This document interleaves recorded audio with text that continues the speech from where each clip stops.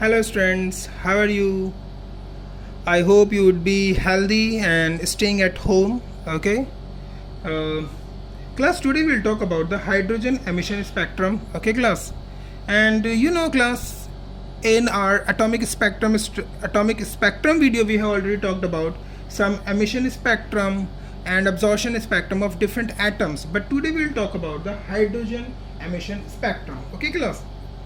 Hydrogen emission spectrum, actually what happens in this, we are just our atomic spectrum video, we talked about the spectrum absorption or emission spectrum of different atoms, but this time we are just focusing our topic only on the hydrogen. Okay, and only we are just talking about the hydrogen emission spectrum. Okay, class. So class, what happened, this is a discharge tube. You would be aware of this because you have already studied in the 9th standard. Okay, so this is the discharge tube, class. So this discharge tube is having hydrogen gas molecules it is having. Okay, but whenever the electricity is passed in the discharge tube, the hydrogen molecules get energy. Okay, and the hydrogen molecules, they are broken down into hydrogen atoms because they are getting energy. So obviously due to this energy, the bond which is present into two hydrogen atom, it is broken down and the hydrogen molecule is converted into hydrogen atoms, but still the hydrogen atoms are getting energy. Okay, class. And what will happen when the hydrogen atom gets energy? Now अब हम bore की theory को इसमें apply करते हैं. What the Bohr says, according to Bohr atomic model, whenever the energy is provided to atom as the energy is provided in discharge tube to the hydrogen atom, यहाँ पे भी hydrogen atom को energy मिल रही है. और Bohr ने क्या कहा था, whenever the hydrogen atoms get energy, not only the hydrogen atom, any atom gets energy, what will happen, the electron of the atom it jumps from lower energy level to the higher energy level. Do you remember, class? We have discussed in Bohr's atomic model. दोनों को मैं मर्ज कर रहा हूँ एक तरीके से, atomic spectrum and Bohr's atomic model. Okay. So whenever atoms are provided with the energy, okay, what will happen? The energy is taken up by the electrons, okay, electrons of atom, and they get excited and they jump from lower energy level to the higher energy level. Lower to, this is lower and this is higher. Do you remember one thing? Bohr's atomic model, what the Bohr says, the shell which is very close to the nucleus is having what? Lower energy, but as we move from nucleus to away from the nucleus, as we move from nucleus to periphery of the atom, so ऐसे अगर हम move करेंगे, so energy of the shell increases. So it means this first shell is having lower energy, second is having higher energy, and the third shell is having very high energy. So what is happening here? In this discharge tube, the hydrogen molecules are broken down first of all in hydrogen atoms. Again they are getting the energy. These hydrogen atoms now still getting energy. So what will happen at the atomic level? In atoms, the energy is taken up by the electrons and the electron jumps from lower energy level to the higher energy level, or we can say lower energy shell to the higher energy shell. Are you getting me, class? Now it would be clear to all of you. Energy milli, hydrogen atom बने, atom से और energy milli, so electron jumps from lower energy level to the higher energy level. Okay, so what will happen next, class? फिर बाद में ये जो hydrogen atoms है ना, ये जो electron suppose पहले यहाँ था first shell में, it jumps to the third shell. Now as I told you in the atomic model, Bohr's atomic model, electrons would be unstable at the higher energy level. Do you remember all these things? I think you would be aware of this. When the electron jumps to the higher energy, it would be unstable. Okay, higher energy पर it would be unstable. It will remain unstable. जैसे मैंने example दिया था ना कि कोई poor person, suppose उसको पैसे मिल जाए, है ना, सो वो क्या करेगा, एक बड़े घर में जाएगा, एक अच्छे रूम में रहेगा, लेकिन क्या होता है, वो तब भी लाइफ को सेटिस्फाई नहीं मानता कि मैं तो कुछ सेटिस्फाई हुई नहीं, मैं तो वो छोटे से बेड पर ही रहता था, वही मेरा बेड वही अच्छा था, छोटा सा घर ही बेटर था।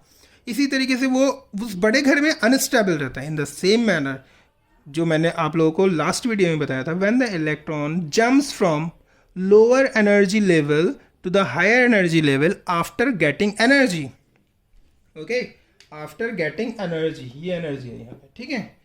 लेकिन ये यहाँ पर हायर एनर्जी पर क्या होता है, ये अनस्टेबल रहता है। फिर अल्टीमेटली क्या होता है, electron again will jump to the lower energy, okay. But ये जब इलेक्ट्रॉन लोअर एनर्जी पे आता है ना, हायर से लोअर में, तो ऐसा नहीं है जहाँ से आया डायरेक्टली वहीं पर चला जाएगा। सपोज इसने कम एनर्जी लूज करी, देखो मैं यहाँ दिखाता हूँ आपको, ये इलेक्ट्रॉन है, एनर्जी मिली, it goes to higher energy level, okay. ये एनर्जी लूज करेगा, यहाँ तो इसने एनर्जी गेन करी, ओके, ये इसने एनर्जी गेन करी, बट ये एनर्जी लूज करके सेकंड शेल में भी आ सकता है। ये तो फर्स्ट शेल से जंप किया था इसने डायरेक्टली थर्ड शेल में, so it can come to the second shell. अब जब ये हायर एनर्जी लेवल से लोअर एनर्जी लेवल पे आएगा, कैसे आएगा, ऑब्वियसली आफ्टर रिलीजिंग एनर्जी, जितनी इसने गेन की है सेकंड से थर्ड पे आने के लिए जितनी एनर्जी गैप है उतनी एनर्जी से रिलीज करनी पड़ेगी, क्योंकि सेकंड जो सेकंड हमारा एनर्जी लेवल है उसकी एनर्जी जो है वो थर्ड एनर्जी लेवल से कम है। और bourse atomic model says electron जो होता है वो जितनी उसकी एनर्जी होती है ना, उस एनर्जी के अकॉर्डिंग ही, मतलब उस शेल में रह सकता है। सपोज इलेक्ट्रॉन की एनर्जी अगर सेकंड शेल में रहने के लिए है तो इलेक्ट्रॉन जो है वो सेकंड शेल में ही रहेगा। सपोज इलेक्ट्रॉन की एनर्जी इतनी कम है कि वो सिर्फ फर्स्ट शेल में रह सकता है, तो फर्स्ट शेल में ही रहेगा। Are you getting me? तो अब इसने एनर्जी रिलीज करी थर्ड शेल में, इलेक्ट्रॉन के पास जो थी काफ़ी ज़्यादा एनर्जी थी, ओके। तो इसने कुछ एनर्जी रिलीज करी, जब एनर्जी ये रिलीज करेगा इलेक्ट्रॉन, सो ऑब्वियसली ये थर्ड शेल में नहीं रह सकता क्योंकि इसकी एनर्जी थर्ड शेल में रहने लायक नहीं है अब।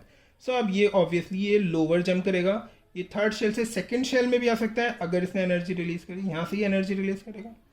और ये थर्ड से जो है ना, ये हमारा फर्स्ट में भी आ सकता है अगेन। मैं again class I am just giving you some example, second third shell jumping जो है ना 7, 8, 9, 10, 11, 12 किसी भी शेल से हो सकती है। Are you getting me? लेकिन मैं सिर्फ और सिर्फ एग्जाम्पल आपको दे रहा हूँ 1, 2, 3 शेल्स का ही। So electron will it can move into the lower energy shells. जब ये लोअर एनर्जी शेल्स में जाता है तो ऑब्वियसली एनर्जी रिलीज करता है, ओके। अभी सेकंड से फर्स्ट में आएगा, फिर से एनर्जी रिलीज करेगा। और अगर ये डायरेक्टली थर्ड से फर्स्ट में आता है, सपोज थर्ड से फर्स्ट में, तब भी एनर्जी रिलीज करेगा। Are you getting me? तो यही हमारे बोर्ड ने भी यही बताया था कि जब भी इलेक्ट्रॉन को एनर्जी मिलती है, it moves to the higher energy level, whenever it releases the energy it will move to the lower energy level. The same thing is happening here, okay class. This is about, I'm just talking about hydrogen. I am just confining myself to the hydrogen emission spectrum. Now listen class. जब ये हमारे hydrogen जो है, ठीक है, lower energy level, ये lower energy level में आता है हाइड्रोजन, ठीक है, हायर से लोअर में आता है, एनर्जी रिलीज करता है, ये energy and this energy. So class this energy, ये जो एनर्जी आ रही है, energy is what? Radiations. Energy वो है रेडिएशन से। रेडिएशंस क्या है? Energy, radiations, wave. Do you remember one thing I told you, dual nature of radiations. So ये energy is nothing but it is the form of electromagnetic radiations. Class समझ आया? Energy हो या radiations हो, है ना, या एनर्जी हो रेडिएशंस हो, ये सब इलेक्ट्रोमैग्नेटिक रेडिएशंस ही हैं, okay. Are you getting me? So ये जो एनर्जी रिलीज कर रहे हैं ना electron, actually they are releasing the electromagnetic radiations. मैंने उसमें भी बताया था आपको, ये एमिशन स्पेक्ट्रम में सेम यहाँ पे भी हो रहा है। एमिशन स्पेक्ट्रम में भी जो एलिमेंट्स थे उनके एटम रिलीज करते थे energy, in the same manner they are also releasing energy. So lower energy level में गया, इसने एनर्जी रिलीज करी, energy means electromagnetic radiation. So now class listen, जो electromagnetic radiation hydrogen atom emit करेगा, इनकी wavelength and frequency they में lie in any range of electromagnetic radiation. मतलब इनकी वेवलेंथ जो है वो किसी भी रेडिएशन की इक्वल हो सकती है, विजिबल लाइट में भी लाई कर सकती है। Are you getting me? और इनकी वेवलेंथ जो है हो सकता है एक्सरे वाली हो, नहीं, हाइड्रोजन में एक्सरे नहीं होता है। ये 3 टाइप की ही रेडिएशंस में इनकी जो वेवलेंथ होगी ना, जो ये रेडिएशंस बाहर निकल के जब इलेक्ट्रॉन हायर से लोअर शेल में जाता है, सो जो एनर्जी निकलती है, आई मीन एनर्जी का means I am just talking about electromagnetic radiations जब बाहर आती हैं, तो वो जो है ना, तो उनकी जो वेवलेंथ होती है, हाइड्रोजन स्पेक्ट्रम के बारे में बात कर रहा हूँ, I am only talking about hydrogen spectrum, तो उनकी जो वेवलेंथ होती है, it may lie in the visible spectrum. Do you remember one thing, visible spectrum की क्या थी, 400 नैनोमीटर टू 700 नैनोमीटर के आसपास थी इसकी वेवलेंथ। तो इनकी वेवलेंथ जो है या तो विजिबल स्पेक्ट्रम की वेवलेंथ के इक्वल हो सकती है, या इंफ्रारेड हो सकता है, ठीक है, ऐसी कई सारी रेडिएशंस हो सकती हैं, यूवी हो सकती है। ओके क्लास, तो ये इलेक्ट्रॉन जैसे जैसे जंप करता है, ऊपर से नीचे जंप करता है, हायर शेल से लोअर शेल्स में, तो ये रेडिएशन एमिट करता है, and these radiations are nothing but electromagnetic radiation. और इन इलेक्ट्रोमैग्नेटिक की रेडिएशंस की जो वेवलेंथ है, it may be equal to either ultraviolet light, infrared, visible, ये सारी इलेक्ट्रोमैग्नेटिक रेडिएशन है, उन सब के किसी भी वेवलेंथ के इक्वल हो सकती हैं। Are you getting me class? So class, what happens here, मैं इसको रब कर दूं। So class, very simple thing, जैसे कि ये क्या कर रहा है, एनर्जी एमिट कर रहा है ना, तो ये एनर्जी एमिट करेगा तो क्या बनाएगा, ज़रा बताओ मुझे। एनर्जी एमिट करने का मतलब क्या हुआ, ये एक टाइप का एमिशन स्पेक्ट्रम बनाएगा।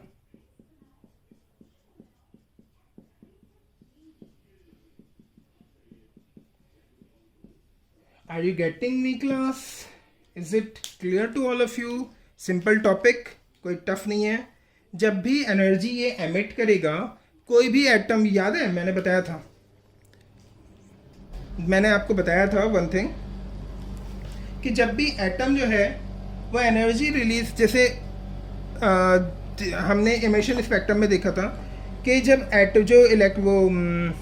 इलेक्ट्रॉन्स जब एनर्जी रिलीज करते हैं, सो जब इलेक्ट्रॉन्स जो हमारे एमिशन स्पेक्ट्रम में क्या था, जब ये, जैसे मैंने बताया था ना कि जैसे ये एटम है, हाइड्रोजन का एटम सपोज, और मैं इसको उसमें रख लिया स्पेक्ट्रोस्कोप में, हाइड्रोजन गैस को स्पेक्ट्रोस्कोप में रखा, ऑब्जर्व किया, तो स्पेक्ट्रोस्कोप में जब ऑब्जर्व करते हैं तो हम क्या ऑब्जर्व करते हैं, रेडिएशंस निकल रही हैं, है ना। So in the same manner hydrogen atom is also emitting radiations, अभी बताया ना मैंने आपको ये रेडिएशंस। तो ये एमिशंस क्यों कर रहे हैं ये हाइड्रोजन एटम, क्योंकि इसके जो इलेक्ट्रॉन्स है ना, वो हायर एनर्जी लेवल से लोअर एनर्जी लेवल में मूव कर रहे हैं। When the electron moves from higher energy level to the lower energy level, energy is released. Electromagnetic radiations are released. This is the point of Bohr's atomic postulates, Bohr's atomic model. याद है? तो वही चीज़, ये radiations इसने निकाली hydrogen ने। अब इन radiations का जो हाइड्रोजन एटम एमिट कर रहे हैं, अगर हम एक स्पेक्ट्रम बनाएं, आर यू गेटिंग मी? जैसे मैंने बिल्कुल एटॉमिक स्पेक्ट्रम में बात की थी ना, इन हाइड्रोजन, सिर्फ हाइड्रोजन की ही अगर मैं स्पेक्ट्रम बनाऊं, तो वो जो स्पेक्ट्रम क्रिएट होगा, हाइड्रोजन एटम से रिलीज की गई रेडिएशंस, इलेक्ट्रोमैग्नेटिक रेडिएशंस का अगर मैं एक स्पेक्ट्रम तैयार करूं, और हमें कहाँ दिखेंगी वो इलेक्ट्रोमैग्नेटिक रेडिएशंस, हमें स्पेक्ट्रोस्कोप में दिखाई देंगी। तो एक जो स्पेक्ट्रम तैयार करूंगा, that spectrum would be considered as hydrogen emission spectrum. Okay class? Class, आपको ये सारी चीज़ें याद रखनी होंगी। जैसे मैंने एटॉमिक स्पेक्ट्रम में आपको बताया था ना, वो पॉइंट पता होने चाहिए सारे। मैंने क्या बताया था आपको कि कोई भी हम एटम जो है किसी स्पेक्ट्रोस्कोप में ऑब्जर्व करें, so they radiate electromagnetic radiations, do you remember? So वो रेडिएशंस का, हम जितने भी इलेक्ट्रोमैग्नेटिक रेडिएशन का अगर हम स्पेक्ट्रम तैयार करें, ओके, सो उसको हम स्पेक्ट्रम को क्या बोलते थे, हम बोलते थे एटॉमिक एमिशन स्पेक्ट्रम, रिमेंबर? याद है ना? इसी तरीके से when ever the hydrogen atom, मैंने रीज़न ही बता दिया, हाइड्रोजन एटम या हाइड्रोजन गैस को अगर हम स्पेक्ट्रोस्कोप में डालेंगे, तो ये भी जो रेडिएशन एमिट कर रहा है ना, क्यों एमिट कर रहा है अभी बताया मैंने, क्योंकि electron are moving from higher energy level to the lower energy level. So according to Bohr's atomic model, when the electron jumps from higher energy level to lower energy level, radiations are emitted. तो ये radiations जो इसने emit करी, इन radiations को, electromagnetic radiations का अगर हम एक स्पेक्ट्रम तैयार करेंगे, that would be called as hydrogen emission spectrum. Okay class? और ये जो एमिशन स्पेक्ट्रम होगा, do you remember one thing I told you in atomic spectrum, जो स्पेक्ट्रम था, emission spectrum, it was of two types. Number one is continuous और दूसरा था line spectrum.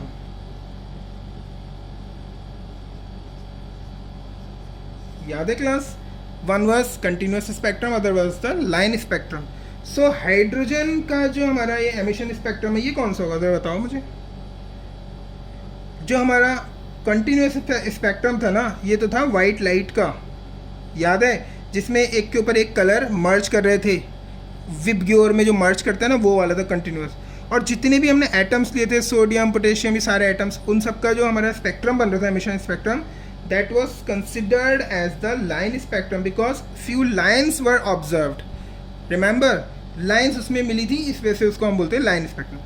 So the hydrogen is also a kind of atom. So obviously the hydrogen emission spectrum, it would be consisting of lines only. Okay class? So hydrogen emission spectrum is also consisting of line spectrum, consisting of lines. So this is also known as, इसको हम क्या बोलते हैं, इसको हम ये भी बोलते हैं हाइड्रोजन एमिशन, और we can say hydrogen line spectrum, और इसको हम बोलते हैं, इसको हम ये भी बोल सकते हैं हाइड्रोजन स्पेक्ट्रल लाइंस. इन लाइंस को क्या बोलेंगे हम जो हाइड्रोजन की मिलेंगी, hydrogen spectral lines. Hydrogen spectral lines. So class, hydrogen जो है, हाइड्रोजन ऐसा नहीं है, हाइड्रोजन जो होता है ना, बहुत सारी लाइंस, बहुत जो रेडिएशन ये एमिट करता है हाइड्रोजन, सो वो बहुत सारे इलेक्ट्रोमैग्नेटिक रेडिएशन एमिट करता है. ऐसी नहीं कि सिर्फ एक वेवलेंथ, दो वेवलेंथ की, बहुत सारी वेवलेंथ की इलेक्ट्रोमैग्नेटिक रेडिएशन एमिट करता है. ओके, तो इस तरीके से हाइड्रोजन की जो होती है ना, हाइड्रोजन की different kinds of 5 spectral lines हमें मिलती हैं. Are you getting me? Hydrogen emission spectrum में हाइड्रोजन की 5 स्पेक्ट्रल लाइंस मिलती हैं हमें, 5 स्पेक्ट्रल लाइंस. अब हम उनको डिस्कस करेंगे कि ये 5 स्पेक्ट्रल लाइंस कौन सी है. ओके, तो उससे ये स्पेक्ट्रल लाइंस है हमारी. अब हमें इन स्पेक्ट्रल लाइन को, मैं उन स्पेक्ट्रल लाइंस के नेम भी गिवन है, तो मैं उनके सबके नेम लिख देता हूँ आपके लिए, और फिर वो कब कब किस कंडीशन में हाइड्रोजन एटम्स, वो वाली हाइड्रोजन एटम में वो different kinds of line would be produce, वो आपको बताता हूँ. So class listen, these are the different spectral lines observed in the hydrogen emission spectrum. Okay class, hydrogen emission spectrum में जो डिफरेंट हमारी स्पेक्ट्रल लाइंस मिलेंगी वो सारी दे रखी हैं, उनके नेम्स हैं अलग अलग. हमने और एटम्स में नहीं पढ़े उनके नेम्स, इनमें नेम्स हैं. ये इसे बोलते हैं हम लाइमन, बाल्मर, पैशन, ब्रैकेट और पिफंट. ये इनके 5 डिफरेंट नेम्स हैं. ओके, अब होते क्या इसमें क्लास, देखो, ये NF का मतलब होता है final shell. N is the number of shell, Ni is the initial number of shell, and NF is the final number of shell. So what is happening here? Listen class, I am drawing here. Suppose this is the nucleus. Okay, and what is happening here?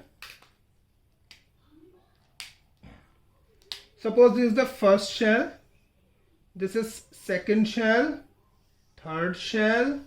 I am drawing only 3 shells. Okay, so what they are saying, suppose ये initial, i initial का मतलब है कि जो electron है, suppose electron हमारा present है second shell में, electron may be present in second, third, fourth and so on suppose, but main thing है जो इलेक्ट्रॉन है it jumps into first shell.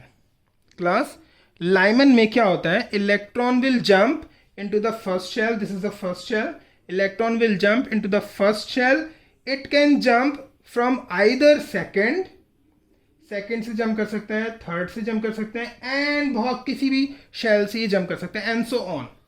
So if electron jumps class from either of shell but only in the first shell, suppose ये इसने second से jump किया, ये third से भी जंप कर सकता है, ये अगर कोई फोर्थ होता है शेल वहां पर तो फोर्थ से भी जंप कर सकता है. मैंने बनाया नहीं है फोर्थ शेल, ठीक है, सपोज ये फोर्थ शेल है. सो इलेक्ट्रॉन हमारा अगर if it is coming, if the electron is coming in the first shell, NF मतलब final shell. If the electron is coming in the first shell, okay, jumping in the first shell either from second, third, fourth, fifth and so on. So उसमें जो ये है हमारी spectral line, उसमें जो हमारी spectral line observe होंगी, कौन सी स्पेक्ट्रल लाइन क्या होती है?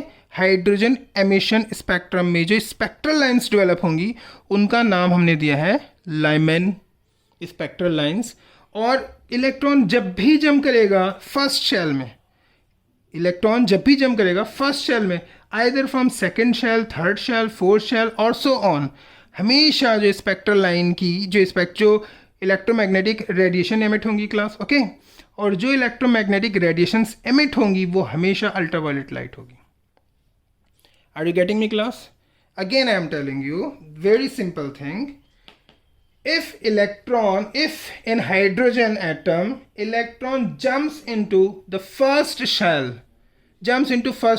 चाहे वो कहीं से भी जंप करे, either from second, third, fourth, fifth, किसी भी shell से जंप करता है, if it is jumping in the first shell, so electron will always emit a radiation which is nothing but ultraviolet. जब भी फर्स्ट शेल में आएगा वो सेकंड, थर्ड, फोर्थ किसी भी शेल से, सो हमेशा इलेक्ट्रोमैग्नेटिक रेडिएशन वो अल्ट्रावायलेट ही एमिट करेगा. Are you getting me? और ये जो स्पेक्ट्रल लाइन बनेगी, आर यू गेटिंग मी, ये जो स्पेक्ट्रल लाइन बनेगी वो हमेशा उसका नाम क्या होगा? लाइमैन में. Okay, Lyman spectral line. Suppose electron jumps, जैसे यहाँ पर इलेक्ट्रॉन फर्स्ट शेल में आया था, अगर सपोज इलेक्ट्रॉन सेकेंड शेल में आता है, मैं फिर दिखाता हूँ इसको. ये हमारा फर्स्ट शेल है, ये हमारा सेकंड शेल है, ये थर्ड है और ये फोर्थ शेल है. Okay, so now if electron comes in second shell में कहाँ से आ सकता है? ये थर्ड से आ सकता है, फोर्थ से आ सकता है, ये नीचे से नहीं आएगा. Are you getting me? First shell से सेकंड शेल में जंप नहीं करेगा, ये अपने से ज़्यादा वाले शेल में ही जंप करेगा. अगर सेकंड में इसको आना है इलेक्ट्रॉन को, तो ये कहाँ से जंप कर सकता है? थर्ड से, फोर्थ से, क्योंकि हायर शेल से लोअर वाले में जंप करने में तो एनर्जी रिलीज होती है.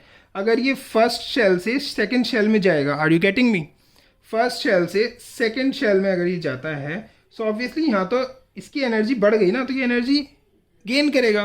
बट ये जो स्पेक्ट्रल लाइंस बन रही हैं, these are emission spectral lines ना, लाइट एमिट होगी इसमें. Are you getting me? So electron can not jump from lower to higher in hydrogen emission spectrum. ये कहाँ से कहाँ मूव करेगा? ऑब्वियसली हायर टू लोअर ही मूव करेगा, तभी लाइट और रेडिएशंस बाहर निकलेंगी. सो सपोज अगर इलेक्ट्रॉन जो है वो सेकेंड शेल में जंप करता है, ओके, कहाँ से जंप करे? कहीं से भी, थर्ड से करे, फोर्थ से करे, फिफ्थ से करे एंड सो ऑन, किसी भी शेल से अगर इलेक्ट्रॉन जंप करता है, okay, except first shell, second shell में जंप करता है किसी भी शेल से एक्सेप्ट फर्स्ट शेल, तो जो ये इलेक्ट्रोमैग्नेटिक रेडिएशन रिलीज करेगा electron, it would be having the wavelength equal to visible spectrum. Visible मतलब कलर वाली, विबग्योर.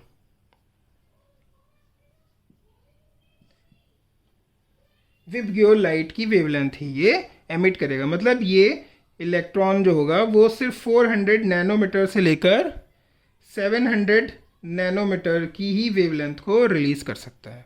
ओके, इस टाइप की जो हमारी हमारा एमिशन स्पेक्ट्रम बनेगा, उसमें जो लाइन बनेगी spectral line, that would be considered as Balmer. Okay, third is, अगर ये थर्ड शेल में इलेक्ट्रॉन जंप करता है फ्रॉम थर्ड शेल से ज़्यादा में किसी से भी जंप कर सकता है. सपोज इसको हम थर्ड ले लें, थर्ड में जंप करता है, ये फोर से जंप कर सकता है, फिफ्थ से कर सकता है, सिक्स से कर सकता है, सेवन से कर सकता है, किसी से भी कर सकता है. Are you getting me? अगर थर्ड शेल में जंप करता है इलेक्ट्रॉन फ्रॉम हायर शेल, तो फोर से, फिफ्थ से, सिक्स से कहीं से भी करेगा, तो जो ये रेडिएशन एमिट करेगा इलेक्ट्रोमैग्नेटिक रेडिएशन, उनकी जो वेवलेंथ होगी it would be equal to infrared light. Okay, और इस स्पेक्ट्रल लाइन को जो बनेगी उसे बोलेंगे हम पैशन स्पेक्ट्रल लाइन.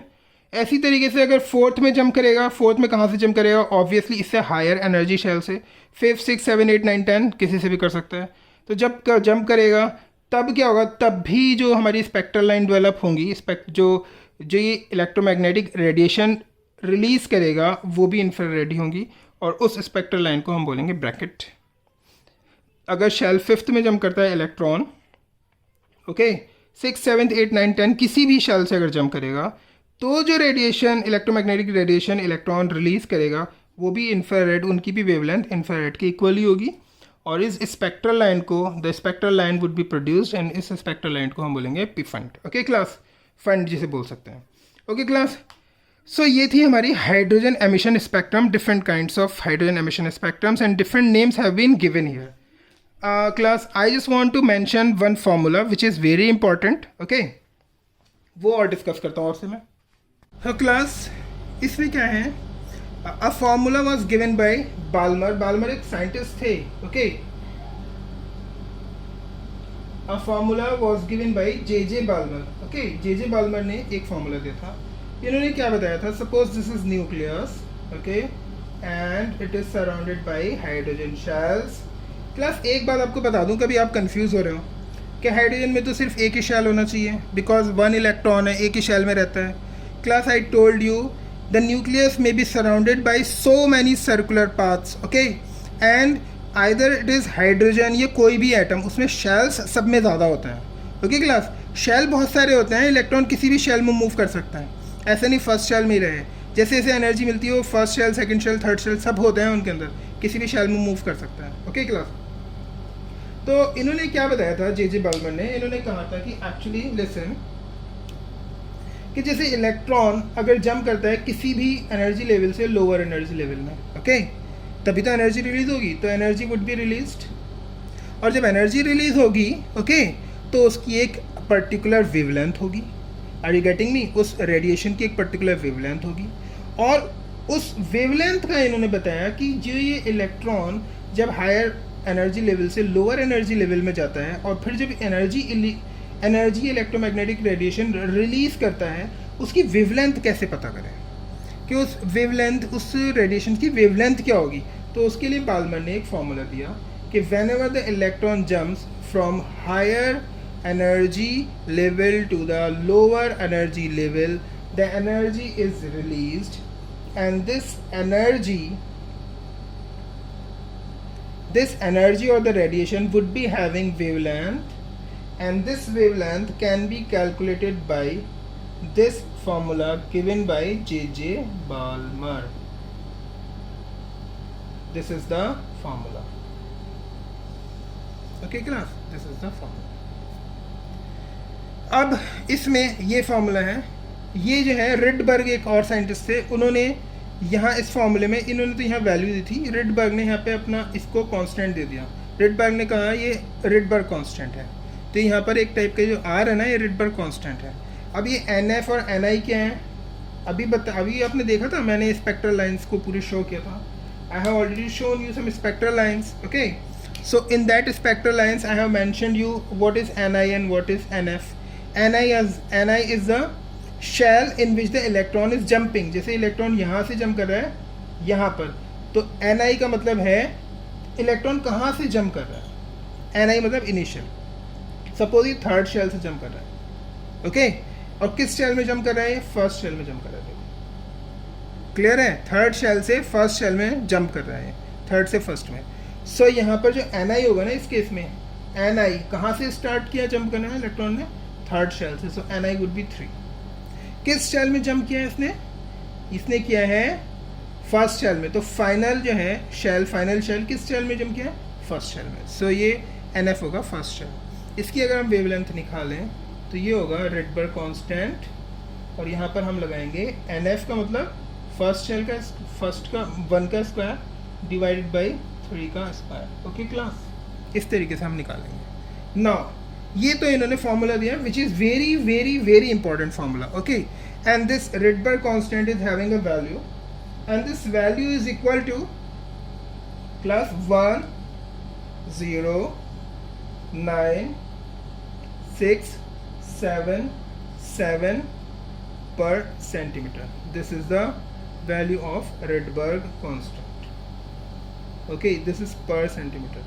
और इसकी अगर हम वैल्यू उसमें लें, मीटर में, इसको हम ऐसे भी लिख सकते हैं, हम पॉइंट यहाँ लेकर चले आए ऐसे ऐसे ऐसे, सो इसको हम इसमें भी लिख सकते हैं।